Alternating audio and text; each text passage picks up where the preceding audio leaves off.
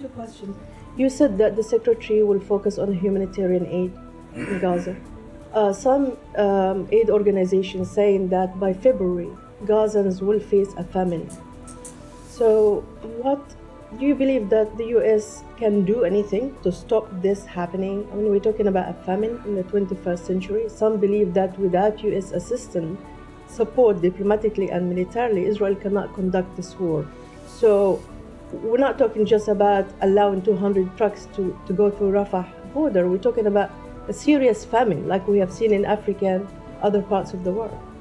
I will say that obviously, as you heard me say in my opening comments, the humanitarian situation on the ground in Gaza right now is extremely difficult. The amount of humanitarian assistance that's getting in today is not sufficient. It needs to increase. I will say that it is the United States that has been able to broker agreements to get humanitarian assistance in the first place.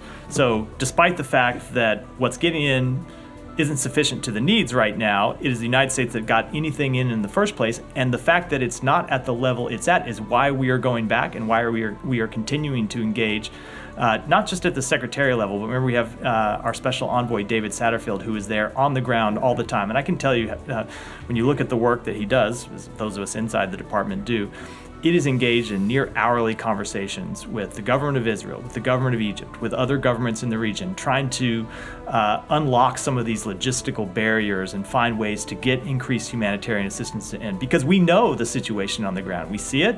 We see it from here. Our people who are in the region see it firsthand. And we know it needs to be addressed, and we know it needs to be addressed immediately, and that is why it is one of our top priorities, and it is why you've seen the Secretary himself engage in this going back to his very first trip to the region.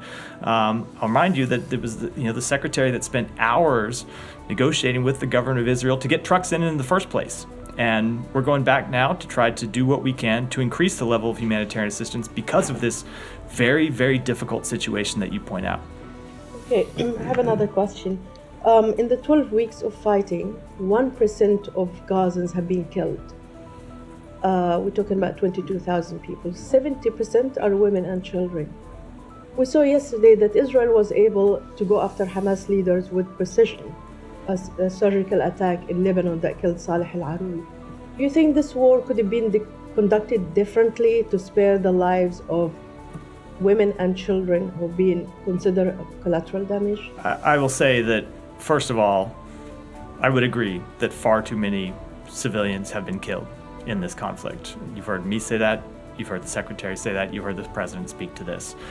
I would also agree that there are additional things that Israel could do to protect civilian lives, and we have had very direct, very candid conversations with them about that. You've seen us make some of those additional steps that we think they should take.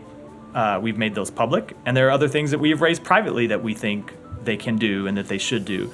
And we have seen them take a number of steps to try to minimize civilian life, and we will encourage them to continue to do more. But I will come back to the fact that this is a difficult situation precisely because Hamas does continue to hide behind civilians and embed itself in apartment buildings and in hospitals and schools, which makes this military campaign very difficult to conduct, none of which is to any way lessen the burden that's on Israel. It has a burden to do everything it can to protect civilian casualties, and we continue to have conversations with them about how they can best do that.